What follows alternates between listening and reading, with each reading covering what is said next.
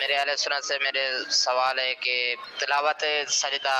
ایک ایک کر کے دے سکتے ہیں یا ایک ہی نیت سے چوتھا سجدہ کر سکتے ہیں، یا جزاک اللہ رحمۃ فرمائے۔ جب تلاوت قرآن کر رہے ہیں، جو قرآن پڑھتے ہیں رمضان شریف میں، تو یہ ہوتا ہے کہ سجدے، تو اس میں آیت پڑھی جب سجدے کی تو اس وقت تلاوت کر لے تو اچھا ہے، اگر نہیں کی تو بعد میں بھی کر لے تب بھی صحیح ہے، اور اگر پورا ختم قرآن کر لیا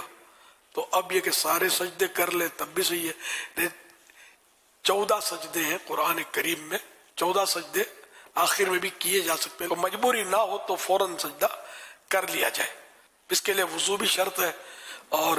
قبلے کی طرف منہ ہونا بھی شرط ہے، یہ بھی خیال رکھیے گا۔ مکروہ وقت میں یہ ہے کہ اگر اسی وقت پڑھا اور سجدہ تلاوت کیا ہے تو کرنا تو اگرچہ جائز ہے، لیکن بہتر یہ ہے کہ مؤخر کرے، دیر کر دے اس کے بعد۔ آزار میں سے یہی ہے، جیسے کوئی زبانی پڑھ رہا ہے اور اس وقت وضو نہیں ہے تو اب وہ وضو کسی وجہ سے نہیں کر پا رہا تو یہ بھی تاخیر کا ایک عذر بنے گا۔ اسی طرح مکروہ وقت کے اندر پڑھا تو بہتر یہ ہے کہ اس کو تاخیر کر دینے، دیر کر دے، اور جیسے مکروہ وقت ختم ہو اس کے بعد پھر اس کو کر لے۔ لیکن اگر پہلے سے پڑھا ہوا تھا، جیسے عصر کے بعد سجدہ تلاوت پڑھا اور اتنی تاخیر کر دی کہ اب آخری وقت آ گیا تو پھر کرنے کی اجازت نہیں ہے، اب یہ مکروہ وقت نکل جائے اس کے بعد پھر ادا کرے۔